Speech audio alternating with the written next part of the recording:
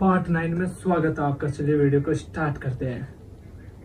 तुम्हें मूसा के बाद बनी इसराइल के गिरोह के उस वाक़े का इल्म नहीं हुआ जब उन्होंने अपने एक नबी से कहा था कि हमारा एक बादशाह मुकर्रर कर दीजिए ताकि उसके झंडे तले हम अल्लाह के रास्ते में जंग कर सकें। नबी ने कहा, क्या तुम लोगों से ये बात कुछ बईद है कि जब तुम पर जंग फर्ज की जाए तो तुम ना लड़ो? उन्होंने कहा, भला हमें क्या हो जाएगा जो हम अल्लाह के रास्ते में जंग ना करेंगे, हालांकि हमें अपने घरों और अपने बच्चों के पास से निकाल बाहर किया गया है। फिर हुआ यही कि जब उन पर जंग फर्ज की गई तो उनमें से थोड़े लोगों को छोड़कर बाकी सब पीठ फेर गए और अल्लाह जालिम को खूब जानता है। और उनके नबी ने उनसे कहा कि अल्लाह ने तुम्हारे लिए तालूत को बादशाह बनाकर भेजा है। कहने लगे, भला उसको बादशाह का हक कहाँ से आ गया? हम उसके मुकाबले में बादशाह के ज्यादा मुस्तहिक हैं और उसको तो माली वसअत भी हासिल नहीं। नबी ने कहा, अल्लाह ने उनको तुम पर फजीलत देकर चुना है और उन्हें इल्म और जिस्म में तुमसे ज्यादा वसअत अता की है और अल्लाह अपना मुल्क जिसको चाहता है देता है और अल्लाह बड़ी वसअत और बड़ा इल्म रखने वाला है। और इनसे उनके नबी ने यह भी कहा कि तालूत की बादशाहत की अलामत यह है कि तुम्हारे पास वो संदूक वापस आ जाएगा जिसमें तुम्हारे परवरदिगार की तरफ से सकीनत का सामान है। और मूसा और हारून ने जो अशिया छोड़ी थी उनमें से कुछ बाकी मादा चीजें हैं, उसे फरिश्ते उठाए हुए लाएंगे। अगर तुम मोमिन हो तो तुम्हारे लिए उसमें बड़ी निशानी है। चुनाचे जब तालूत लश्कर के साथ रवाना हुआ तो उसने लश्कर वालों से कहा कि अल्लाह एक दरिया के जरिए तुम्हारा इम्तिहान लेने वाला है। जो शख्स इस दरिया से पानी पिएगा वो मेरा आदमी नहीं होगा और जो इसे नहीं चखेगा वो मेरा आदमी होगा, इल्ला ये कि कोई अपने हाथ से एक चुल्लू भर ले तो कुछ हर्ज नहीं। फिर हुआ ये कि थोड़े आदमियों के सिवा बाकी सब ने उस दरिया से खूब पानी पिया।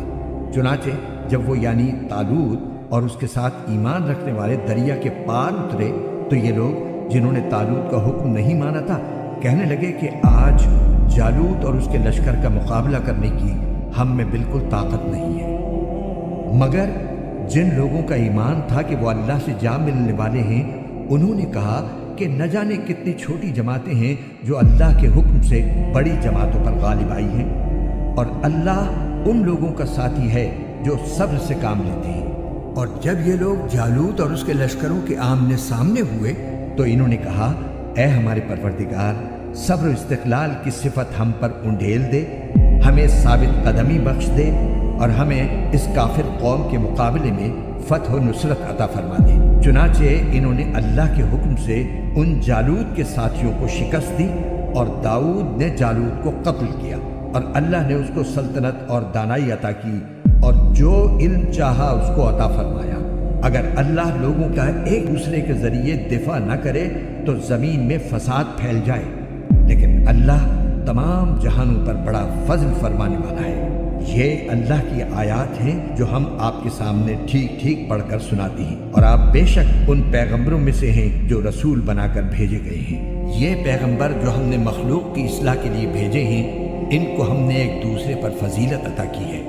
इनमें से बाज वो हैं जिनसे अल्लाह ने कलाम फरमाया और इनमें से बाज को उसने बदर जहां बुलंदी अता की और हमने ईसा इब्न मरियम को खुली निशानियां दी और रूहुल कुदुस से उनकी मदद फरमाई।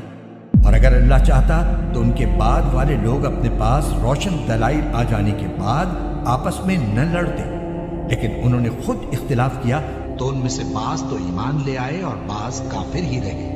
और अगर अल्लाह चाहता तो वो आपस में न लड़ते, लेकिन अल्लाह वही करता है जो वो चाहता है। ऐ ईमान वालो, जो रिस्क हमने तुम्हें दिया है उसमें से वो दिन आने से पहले पहले अल्लाह के रास्ते में खर्च कर लो जिस दिन न कोई सौदा होगा, न कोई दोस्ती काम आएगी और न कोई सिफारिश हो सकेगी।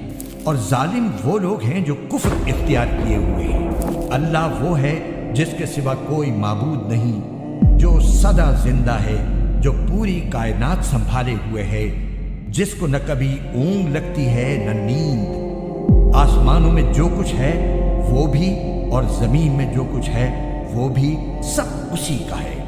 کون ہے جو اس کے حضور اس کی اجازت کے بغیر کسی کی سفارش کر سکے؟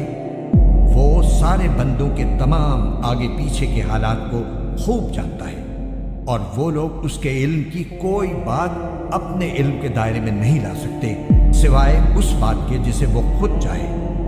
اس کی کرسی نے سارے آسمانوں اور زمین کو گھیرا ہوا ہے، اور ان دونوں کی نگہبانی سے اسے ذرا بھی بوجھ نہیں ہوتا، اور وہ بڑا عالی مقام صاحب عظمت ہے۔